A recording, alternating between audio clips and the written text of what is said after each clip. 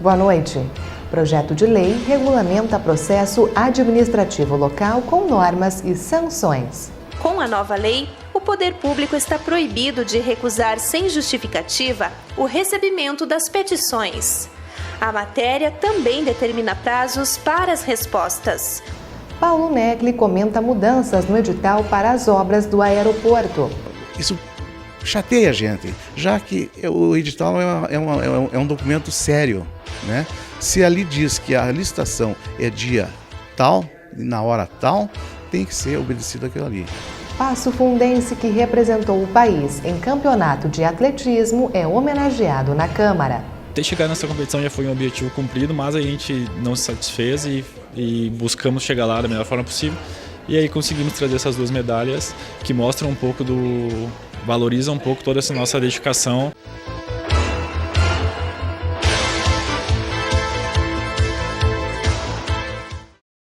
Começou a tramitar na Câmara de Vereadores o projeto de lei para regulamentar o processo administrativo em âmbito local. O texto de iniciativa de Matheus Wesp estabelece normas que vão desde o protocolo do documento até a decisão final. Seguindo o que diz a Constituição Federal, alguns princípios são essenciais para o serviço público, como transparência, legalidade, eficiência e confiança. Pensando nisso, os 97 artigos do projeto buscam garantir a proteção dos direitos de quem ingressa com um processo administrativo junto ao Poder Executivo ou Legislativo de Passo Fundo. Criar regulamentações objetivas, claras para a atuação da administração pública. Por exemplo, estabelecer prazos fixos.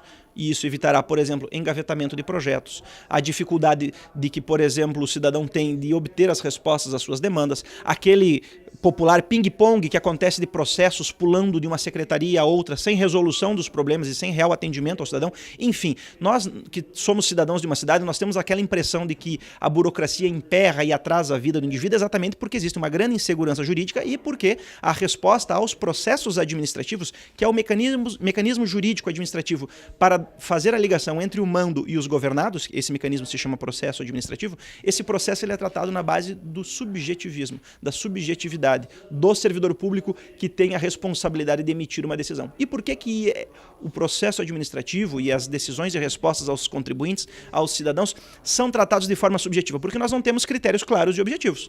Na administração municipal, os processos iniciam por meio de ofício, requerimento, proposição ou comunicação da parte interessada. Com a nova lei, o poder público está proibido de recusar sem justificativa o recebimento das petições. A matéria também determina prazos para as respostas. O vereador Matheus Wesp explica que, sem normas, a população sofre com a morosidade do sistema. Nós temos que criar regras objetivas e claras para dar previsibilidade, segurança jurídica, isonomia, porque senão, de fato, o cidadão acaba se tornando um súdito do prefeito, do Poder Executivo. Por quê? Porque, na verdade, o Poder Executivo vai responder aos processos administrativos e às demandas da comunidade quando bem entender. Vou citar um exemplo. Aqui no início do ano, nós protocolamos um processo administrativo solicitando a realização de uma licitação, uma concessão de área pública, de área pública, que é a área da EFRICA, para a iniciativa privada, para explorar aquela área que todos sabem está parada, dando prejuízos ao erário público, porque não está sendo utilizada para nenhuma finalidade constante. Consequentemente, esse processo que foi aberto, se não me engano, no começo do ano, ou talvez até no ano passado, não obteve resposta. E nem sabemos se obterá alguma resposta. Então eu pergunto, será que o cidadão que entrou com esse processo merece ficar esperando uma vontade subjetiva do agente administrativo? Ou nós devemos criar prazos específicos e até mesmo sanções caso o agente administrativo, o servidor, não responda? No caso dos recursos administrativos, a legislação estabelece o prazo de 30 dias para a resposta, independentemente de quem partir a solicitação. Assim, o município vai proporcionar igualdade no atendimento das pessoas, sejam elas físicas ou jurídicas. A insegurança jurídica e o subjetivismo possibilita que, diríamos assim, os amigos do rei tenham um tratamento privilegiado, ao passo que pessoas que não possuem contatos políticos ou amizade, ou nenhum, digamos assim, amigo dentro da administração, não têm o seu processo administrativo tratado da mesma forma que outros. Imaginemos o seguinte, tu és amiga de um servidor que trabalha em determinada secretaria. O nosso cameraman aqui não é. Consequentemente, tu tens alguma dúvida que sem critérios isonômicos de objetivos tu terás um privilégio e ele um prejuízo? Porque, na verdade, bastará tu fazer uma ligação ao teu amigo, informar o teu problema pessoalmente, dizer que tu tens um processo administrativo tramitando dentro da administração pública, que a possibilidade desse processo ser tratado de forma mais, diríamos assim, mais vantajosa, ocorrerá ao contrário da pessoa que não tem esse contato. Consequentemente, sem uma lei do processo administrativo, a administração pública acaba sendo tratada por meio de relações pessoais, por meio da amizade, do compadrio, e exatamente é isso que contraria o clima republicano e democrático que a nossa Constituição busca estabelecer. Para elaborar o projeto, o vereador tucano buscou exemplos de leis já implementadas em outras cidades do país. Nós buscamos, é claro, subsídios em outras legislações, mas a lei que nós estamos mais buscando subsídios e informações é a lei do processo administrativo paulista.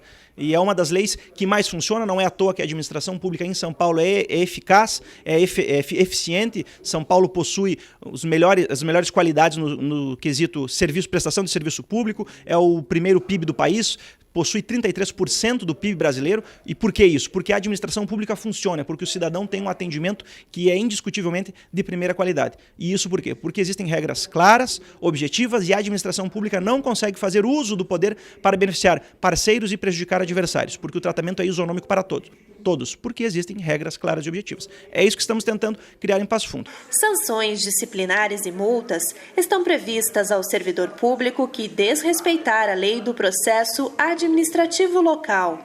Mas antes, a ampla defesa e o contraditório serão assegurados a todos os envolvidos. Nós estamos tentando, é claro, cortar esse mal pela raiz. Não estou aqui criticando os servidores em específico, estou falando de modo abstrato do sistema jurídico, porque essa possibilidade de que os servidores façam o mau uso do seu poder subjetivo e discricionário para beneficiar amigos e prejudicar até adversários, porque também não temos nenhuma certeza, sem uma lei do processo administrativo, que porventura um servidor que não goste de um cidadão engavete o projeto e deixe ele lá mofando, morrendo, até sabe-se lá Deus quando. A ideia é, na eventualidade do servidor não cumprir os critérios objetivos, ser responsabilizado, inclusive até no seu próprio vencimento. Nós estamos aqui tentando fazer doer no bolso do servidor, criando meritocracia no sentido de fazer com que a administração pública trabalhe, de fato, com critérios objetivos para que o servidor se sinta mais responsável e tenha até receio de não cumprir com o seu dever, que é atender o cidadão. Para conscientizar a população sobre uma das doenças responsáveis por quase 1,5 milhão de óbitos anualmente no mundo, será realizada amanhã a campanha de prevenção das hepatites virais.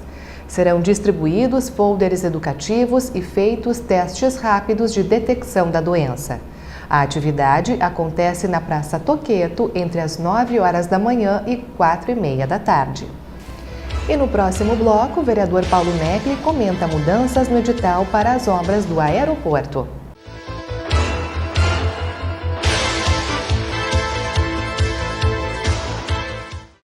Ei, eu queria poder falar com você.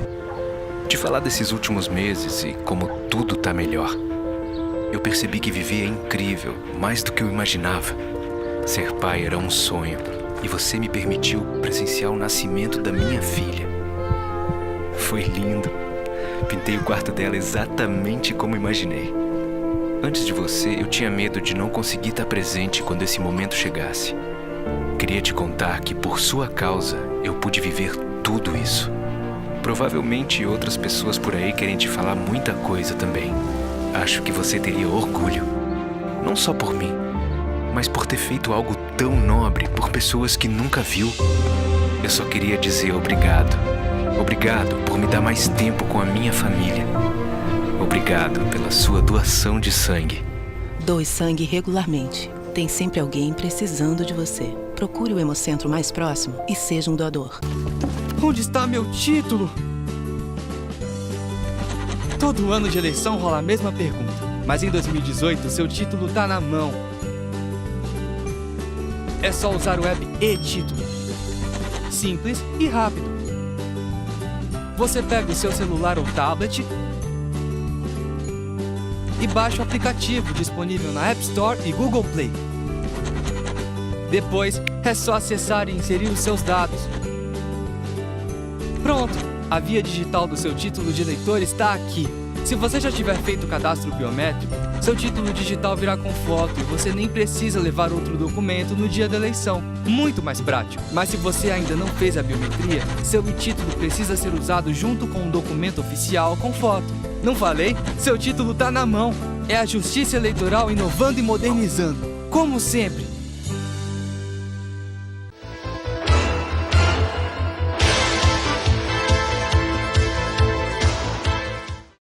Iniciou hoje a campanha nacional de vacinação contra a poliomielite e o sarampo.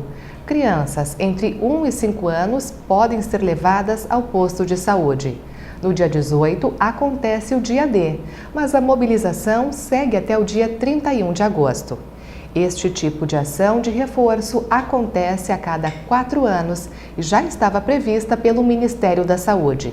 Porém, agora a campanha é ainda mais importante pela volta da circulação do sarampo no território brasileiro e a ameaça da poliomielite. O Brasil tem mais de 820 casos confirmados de sarampo em 2018. Já em relação à paralisia infantil, trata-se de uma precaução, já que cerca de 310 cidades estão abaixo da meta para o controle da doença. E um caso foi registrado na Venezuela em junho. O prazo para o recebimento das propostas das empresas interessadas em executar as obras do aeroporto Lauro Cortes encerra no dia 27 de agosto. Esta é a segunda vez que o Estado altera o calendário definido no edital de licitação. O presidente da comissão especial que acompanha o processo na Câmara de Vereadores comentou a mudança. O parlamentar explicou que a empresa ou consórcio que vencer o certame ficará responsável pela elaboração dos projetos e execução das obras. O investimento é de R$ 55 milhões e a previsão de conclusão é de 22 meses, conforme o Ministério dos Transportes. Quando foi lançado o edital, o recebimento das propostas estava previsto para 31 de julho. Depois mudou para agosto. Nós viemos lutando há muitos anos. Nós, Câmara de Vereadores, Executivo, empresários, né? E nós chegamos ao nosso objetivo. Um objetivo altamente positivo, onde o único aeroporto do estado do Rio Grande do Sul que vai ser mexido vai ser Passo Fundo. Vai ser. Por que vai ser mexido? Devido à nossa insistência. E quando nós atingimos o objetivo, quando o governo do estado lançou o edital, e nesse edital dizia o dia e a hora que ia abrir a carta da licitação, e de repente a gente vê que não foi 31 de julho, passou para o dia 2 de agosto. E quando eu falei com a Selic em Porto Alegre, né, que não ia mais ser dia 2 de agosto, e sim dia 27 de agosto, isso dá um baque de forma negativa em todos nós. Eu falo em mim, falo nos meus colegas vereadores, eu falo na comunidade de Passo Fundo, eu falo no prefeito, no vice-prefeito, eu falo no empresariado. Isso chateia a gente, já que o edital é um documento sério, né? Se ali diz que a licitação é dia tal, na hora tal, tem que ser obedecido aquilo ali. A justificativa do Estado para o reagendamento é o número de pedidos de esclarecimentos que chegaram até a central de licitações.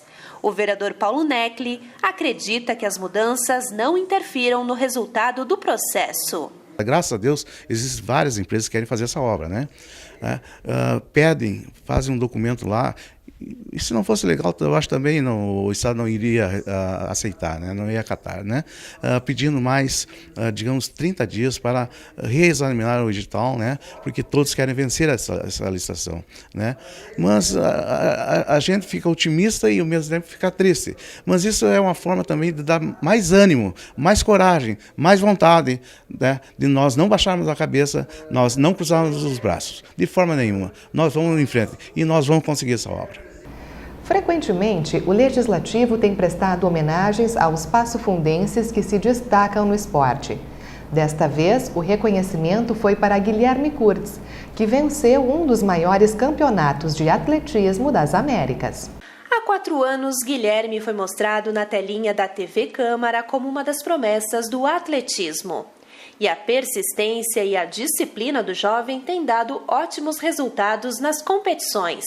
Recentemente, ele conquistou 2 medalhas importantes para o país nos Jogos Pan-Americanos Universitários realizados em São Paulo.